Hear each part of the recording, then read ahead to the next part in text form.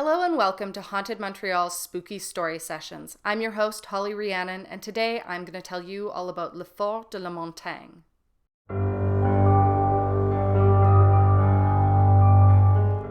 With over 500 documented ghost stories, Montreal is easily one of the most haunted cities in Canada, if not all of North America.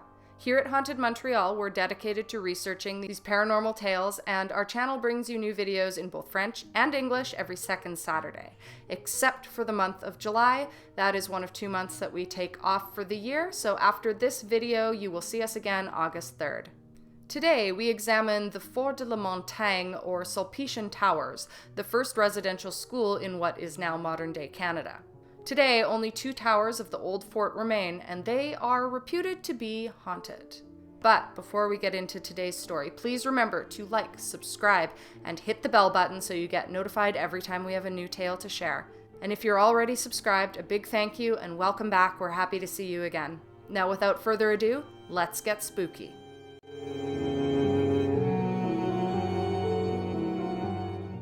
Lurking behind stone walls on Sherbrooke Street stand 2 towers that are reputed to be haunted. As some of the oldest structures in the city of Montreal, these fortifications have a deranged history. Designed as the first residential school in what is now modern-day Canada, the towers actually feature gun ports.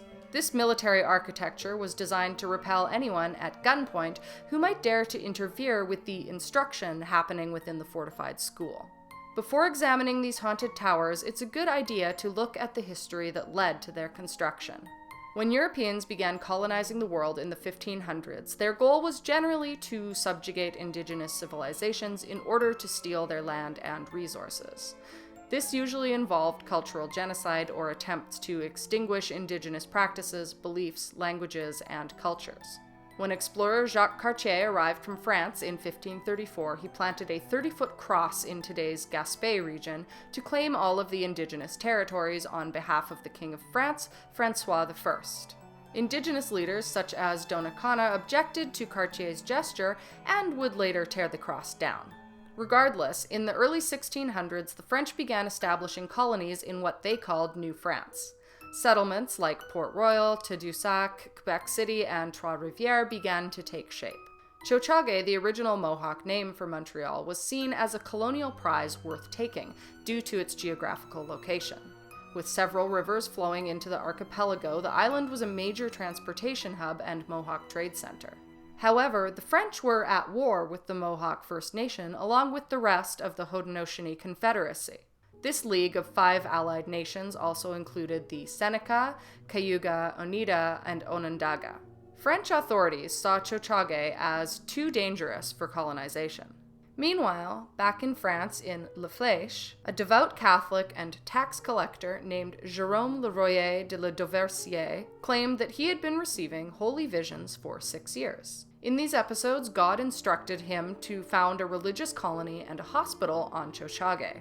Along with other Catholics, Jérôme founded the Notre Dame Society of Montreal for the conversion of the savages of New France in 1639. The goal of this colonial organization was to create a new Jerusalem on the island and to convert all indigenous people to Catholicism. This evangelical project was related to another one that started in 1637 in Sillery near Quebec City. Sillery was the first reserve created by Europeans for indigenous peoples in what is now Canada.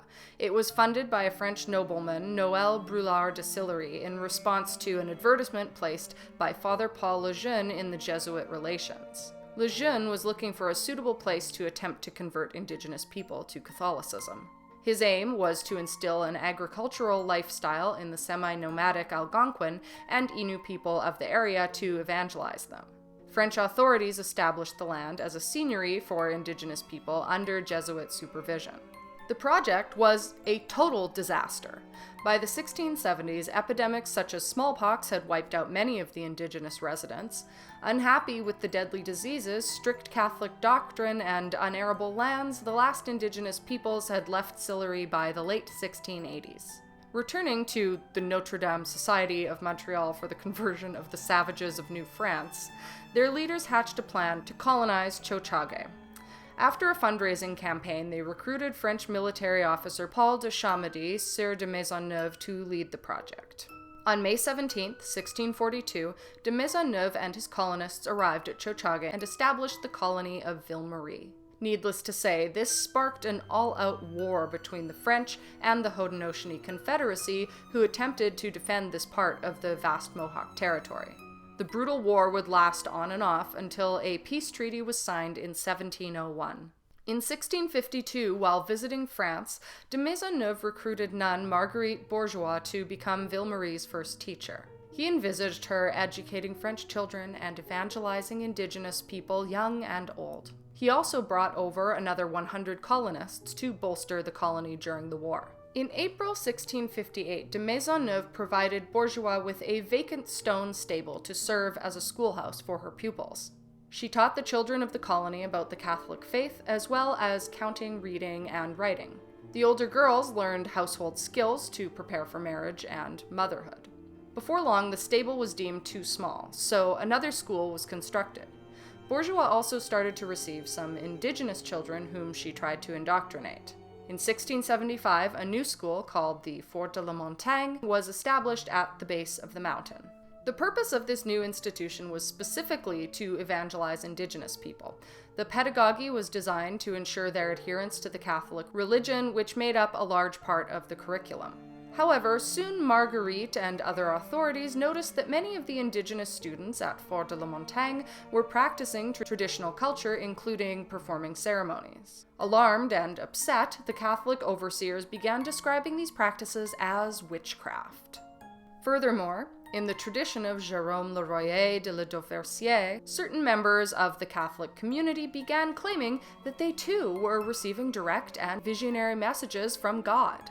The highest religious authorities in the colony frowned upon this type of talk, as they could not control it. As things at the Fort de la Montagne got more and more out of control, word reached the head of the Sulpician order in Paris, France. In response, a hardliner named François Vachon de Belmont was deployed from Paris to the Fort de la Montagne in 1680 to stop the spread of witchcraft and visions. The following year, de Belmont was named as the superior of the Fort de la Montagne mission, which at this point housed over 200 indigenous people, mostly Nipissing, Ganyenkahaga Mohawk, and Algonquin children who were living in cabins on the site. In order to stamp out the witchcraft, it's likely that Marguerite Bourgeois added ghostly Catholic stories to her curriculum. Apparently, one of her favorites was the deranged tale of Jean St. Pierre's talking head. Ironically, Marguerite Bourgeois and other Catholics did not consider the decapitated head of a colonist blabbering away after death to be witchcraft. However, they considered traditional indigenous culture that had been practiced for thousands of years as the devil's work. To further secure the site, in 1685, de Belmont ordered that fortifications be constructed. Colonial workers constructed a 13-meter palisade and 4 stone towers with ominous gun ports around the school. With these new defenses, indigenous people who tried to rescue their colleagues in the Fort de la Montagne would be shot as they approached the school. Despite these efforts, Marguerite Bourgeois and de Belmont were unable to extinguish indigenous culture within the Fort de la Montagne. Things exploded in 1689, the day after the Feast of the Dead. On the night of November 3rd, Marguerite Tardy, sister of the Notre Dame congregation, claimed that she had a vision from God as she watched by the fireside. She told Marguerite Bourgeois that a sister dead for more than 16 months had appeared to her. The dead nun told Sister Tardy, "I am sent from God. Tell the superior of the congregation that she is in a state of mortal sin because of a sister who she named to her." Given that Marguerite Bourgeois had founded the Notre Dame congregation and was the superior, this allegation especially alarmed her. It got worse the following year when Sister Tardy and a man named Joseph de la Colombière claimed to have experienced new divine visions and appearances. On the night of January 3rd, 1690, Sister Tardy told Marguerite Bourgeois that she had again received a visit from the deceased nun. This time the message was more threatening. "This superior has not yet done what she must do. This is the last time I will warn her." François Vachon de Belmont felt that he was losing control, so sent letters to his superior in Paris, Louis Tronçon, explaining the situation. Louis Tronçon was surprised to learn the extent of the affair. He reacted quickly to snuff out the so-called visionaries before their claims could spiral out of control. He was especially worried that people like Sister Tardy and Joseph de la Colombière could cause scandal all the way to the king's court. For Louis Tronçon, these supernatural manifestations were only chimerical visions and ridiculous prophecies. He described the visions as the production of a hollow head and a heated imagination. He charged the culprits with having visible errors and said they were deceived by their false views. To break the chain of the conspiracy and destroy its influence, Tronçon recalled all malcontents back to France. These included Sister Tardy, Joseph de la Colombière, and a priest named William Bailey. Once the Catholic rebels had been deported, Louis Tronçon demanded the absolute submission of the Sulpicians to their Montreal superior.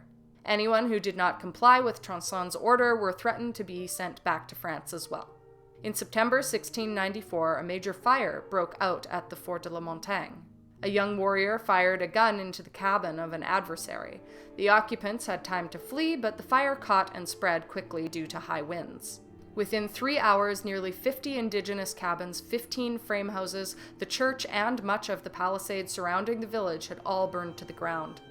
In 1696, the indigenous inhabitants had been relocated to the other side of the island to Fort Lorette at the Recollet Rapids. In 1721, the mission was finally relocated to present-day Kanesatake. In 1854, during the building of the College of Montreal, all of the remains of the Fort de la Montagne were demolished, except for the 2 southern towers. They still stand today. Originally, the West Tower had housed the school of Marguerite Bourgeois. The nuns of the congregation used the East Tower as a chapel. Today, both towers are empty, and for good reason. They are both reputed to be haunted.